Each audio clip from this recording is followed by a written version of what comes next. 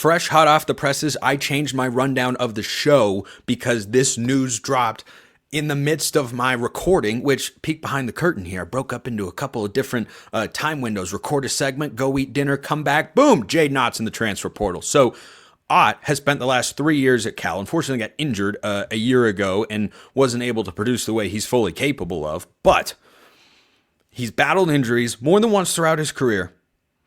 This is the best running back available in the transfer portal. Now, there is no early indication just yet as to where he might end up. I did see that there was a post on a Florida State site and a post on a Georgia site about his entrance into the transfer portal. Maybe they were just talking shop. Maybe they were just spreading some news out there and information. Or maybe they have in the back of their minds, yeah, we'd like to go get this guy as a potential transfer option. So just keep those schools in mind, but anywhere that needs a running back. I've talked about several running backs here on the show in the past. Guys like TJ Harden at UCLA, who last I checked is still in the portal. They've all been just kind of solid depth pieces, number 2 guys, and there's nothing wrong with that. There is value in adding that to your football roster. Jadyn Ott is a bona fide number 1 run the offense through him sort of guy. Now, the injury component can definitely worry a team or two. I'm not denying that. If he can go somewhere in which there's already another running back and they form a 2-headed monster like what you have at Notre Dame this year, or what Penn State had last year, what Ohio State had last year with Travion Henderson and Quinshon Judkins. If he can find that sort of situation, I think it's perfect. I think that is the absolute perfect landing spot for him. This is a mega talent. 4-star out of Bishop Gorman High School, back in the class of 2022. Here are his rushing yardage totals in the first 2 seasons of his career. Again, injury impacted this past year. He ran for 897 yards and 8 touchdowns as a true freshman.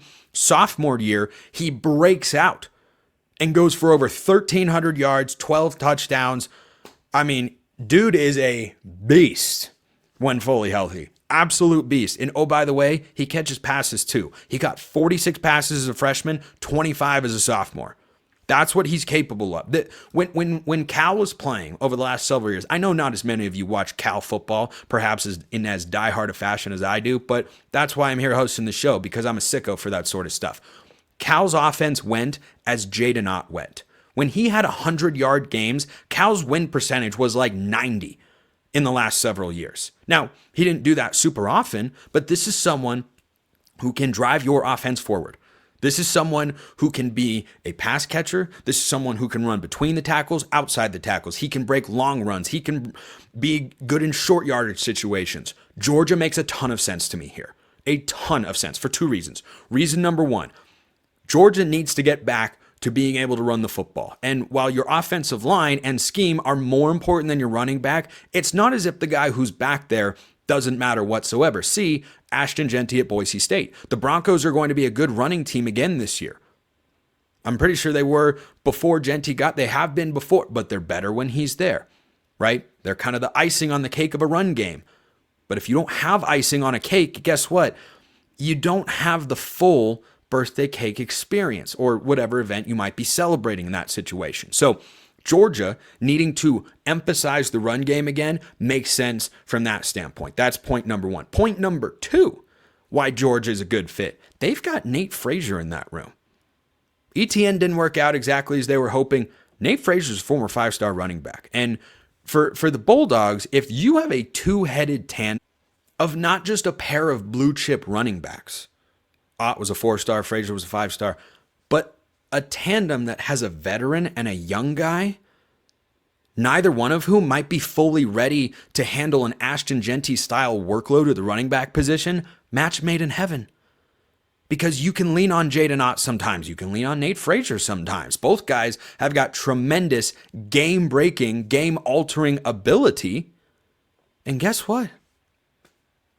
I like the way that sounds the more I talk about it. I mean, that just works. I think that could be a really, really good fit. Now, is that the only place that's going to potentially call and inquire? No. Like I said, this is the top running back available in the transfer portals. If you don't feel like you have a quality running back, if you don't feel like your running back room has the depth that it needs, you're probably going to be giving this guy a call. And you're going to ask your NIL collective leader, hey, how much can we offer Jadyn Ott in the transfer portal here? Because he's going to command a pretty good amount. Now, that's the final point I want to make on this. Whenever you think that something can't happen, someone won't go in the portal, this can't happen, no, that's too crazy. There is nothing. This is a guy who, after his sophomore season, when he went for over 1,300 yards and 12 touchdowns, he made a video where he fake entered the portal.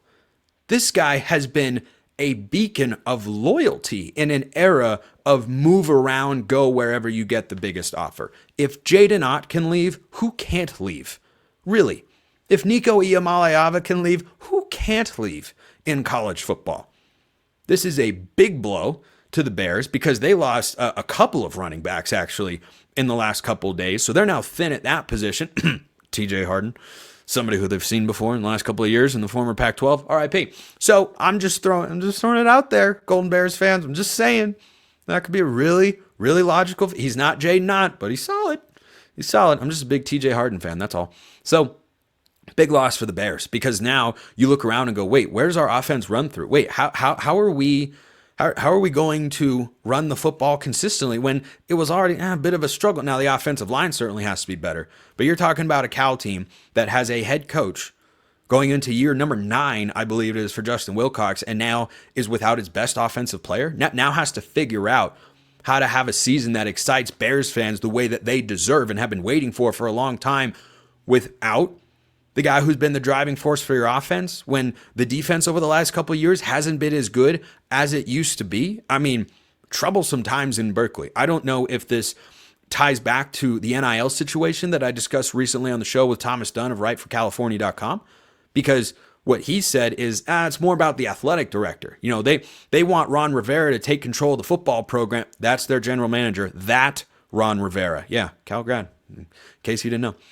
They want Ron Rivera to take control of the football program and the athletic department. That's why they're holding the NIL dollars. Was that noise enough to drive Jadyn Ott away? I don't know.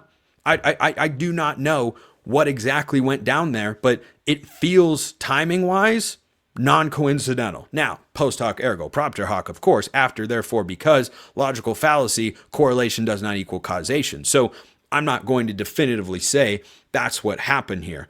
It certainly cannot be ruled out that sort of situation within the program, a place he wanted to stay loyal to. He had offers from Oregon, USC coming out of high school. He went to Cal. It was a big win for the Bears. He's been a big part of what the Bears have been over the last couple of years. Amidst all the turnover, Jadyn Ott has been there, and now he's not. So significant loss for the Bears, huge pickup for somebody else.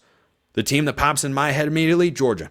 Georgia makes so much sense for Jadyn Ott. Appreciate everyone listening. I will see you next time. And until then, hope you have a wonderful rest of your day.